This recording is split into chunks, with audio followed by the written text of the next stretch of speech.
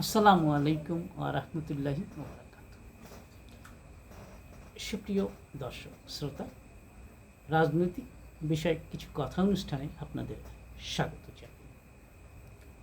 আজ আমি নির্বাচনমুখী রাজনৈতিক দলগুলোর মুখোমুখি অবস্থান এবং এর উদ্দেশ্য নিয়ে যে প্রশ্ন উঠেছে সেই বিষয়ে কিছু কথা বলার চেষ্টা করব।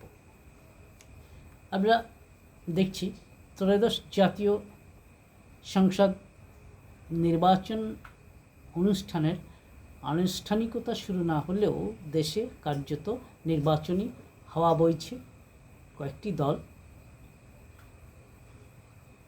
প্রার্থী মনোনয়নের কাজও শুরু করে দিয়েছে, অর্থাৎ কে কোন জায়গা থেকে লড়বেন সেই বিষয়গুলো নিয়ে কাজ শুরু করে দিয়েছে কয়েকটি দল। আবার কয়েকটি দল নির্বাচনী হাওয়ায় না দুলে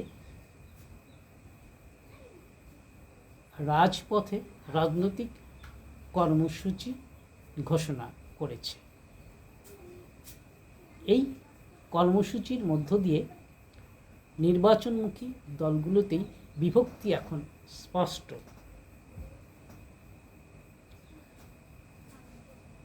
আসলে রাজনীতিতে কে কখন কার শত্রু হয়, কে কখন কার মিত্র হয় তা বলা মুশকিল। তবে এই সময় শত্রু শত্রু খেলা কি নির্বাচনের আকাশকে ঘন কালো মেঘে ঢেকে দেবে না? আমি বলতে চাচ্ছি, নির্বাচনের পরিবেশকে কি ঘোলাটে করবে না? সেই প্রশ্নটি কি এখন প্রাসঙ্গিক নয়?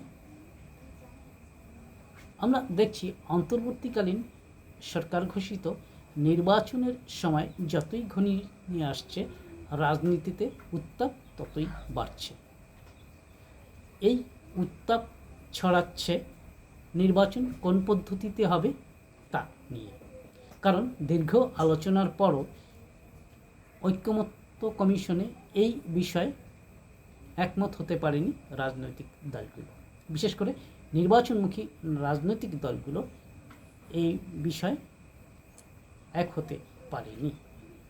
উপরন্তু এই ইস্যুতে কয়েকটি দলের কর্মসূচি ঘোষণায় রাজপথ আবার উত্তপ্ত হয়ে উঠেছে।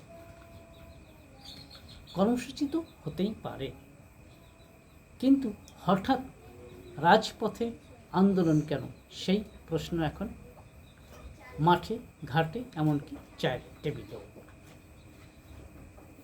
এই প্রশ্ন উঠেছে খোদ নির্বাচনমুখী, বিশেষ করে কর্মসূচির বাইরে থাকা দলগুলোর মধ্য থেকেই।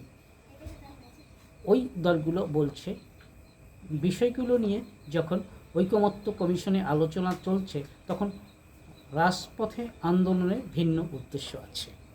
কারণ আলোচনায় থাকা বিষয়গুলো তো আলোচনার মধ্যেই সমাধান সম্ভব। কাজে এই নিয়ে রাজনীতির মাঠ ঘোলা করায় সেটার উদ্দেশ্য নিয়ে প্রশ্ন উঠবেই। সবচেয়ে বড় কথা হচ্ছে, সরকার ঘোষিত নির্বাচনের বাকি আছে মাত্র 5 মাসেরও কম। এখন নির্বাচনী তফসিল ঘোষণা সময়ের ব্যাপার মাত্র। কিন্তু নির্বাচনমুখী না হয়ে দলগুলো কেন পরিস্থিতি ঘোলাটে করছে, সেই উত্তর কি তারা দিতে পারবে? যদিও তাদের অনেক যুক্তি আছে, যুক্তি দাঁড় করাচ্ছে, কিন্তু যত যুক্তি আসুক না কেন এই মুহূর্তে নির্বাচনটাই প্রাসঙ্গিক হওয়া উচিত। যদিও আমরা জানি যে সামনে যে নির্বাচন আসছে সেই নির্বাচনটা এত সহজ হওয়ার নয়, এত সহজ হবে না। একটি কঠিন নির্বাচন সামনে। সেই কঠিন নির্বাচনকে সামনে রেখে সব দলগুলো এক হবে, সেটাই কিন্তু প্রত্যাশা ছিল। কিন্তু আমরা কি দেখছি, রাজনীতিতে এরই মধ্যে বিভক্তি স্পষ্ট হয়ে উঠেছে। এখনও কোন পদ্ধতিতে নির্বাচন হবে সেই বিষয়ে যদি ফয়সালা এই মুহূর্তেই না হয়, তাহলে তো রাজনীতি আবার আগের জায়গায় ফিরে যাবে, সেটা কি মঙ্গলজনক হবে? সেটা কার স্বার্থে? এই প্রশ্ন তো উঠতেই পারে। মানে এই যে কর্মসূচি, এই কর্মসূচিগুলো আসলে কী উদ্দেশ্য রয়েছে, সেই প্রশ্ন তো উঠতেই পারে। যেহেতু বারবার বলা হচ্ছে, আমি আবারও বলছি, সামনের নির্বাচনটি অত্যন্ত কঠিন। এটি এত সহজ না, অন্য নির্বাচনগুলোর মতো এত সহজ হবে না। কাজেই এই কঠিন পরিস্থিতিতে আমাদের উচিত ঐকমত্য প্রতিষ্ঠার দিকে এগিয়ে যাওয়া। এই মুহূর্তে রাজনৈতিক দলগুলোকে মুখোমুখি দাঁড় করানোর অপচেষ্টা সফল হবে বলে আমি মনে করি না। আর এতে তো নির্বাচন অনুষ্ঠান আয়োজনটাই, মানে নির্বাচন অনুষ্ঠানের আয়োজনটাই অনিশ্চয়তার মধ্যে পড়তে পারে।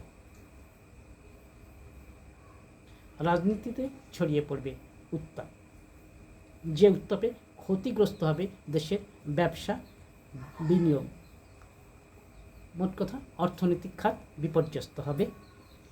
দেশের সার্বিক পরিস্থিতি আবার পূর্ণ অবস্থায় ফিরে যাবে। এতে লাভ হবে কার? বরঞ্চ সবারই ক্ষতি হবে, বিশেষ করে জনগণ সবচেয়ে বেশি ক্ষতিগ্রস্ত হবে। তাহলে রাজনীতি তো জনগণের জন্য, জনকল্যাণে রাজনীতির মূল উদ্দেশ্য। রাজনৈতিক কর্মসূচি যদি জনগণকে ক্ষতিগ্রস্ত করে, তাহলে সেই রাজনীতি দিয়ে আমরা কী করব? এই প্রশ্ন কি উঠতে পারে না? তাই ঐক্য ধরে রাখতে আলোচনার পথ খুঁজতে হবে। সব পক্ষকে সংঘাত ও দায়িত্বশীল আচরণের মধ্য দিয়ে নির্বাচনমুখী হতে হবে। কারণ নির্বাচনই এখন প্রাসঙ্গিক, আন্দোলন নয়। দেশের স্থিতিশীলতা রক্ষাই এখন প্রাসঙ্গিক। কাজেই অপ্রাসঙ্গিক বিষয় নিয়ে টানাটানি এই মুহূর্তে প্রাসঙ্গিক নয়। অপরিহার্য বিষয় ঐক্যমত্য হোক, রাজনীতির আকাশে জমে থাকা ঘন কালো মেঘ কেটে যাক, অনিশ্চয়তা কেটে যাক। সবাই ভালো থাকুন, সুস্থ থাকুন, এই প্রত্যাশায় আজ এ পর্যন্তই। আল্লাহ হাফেজ।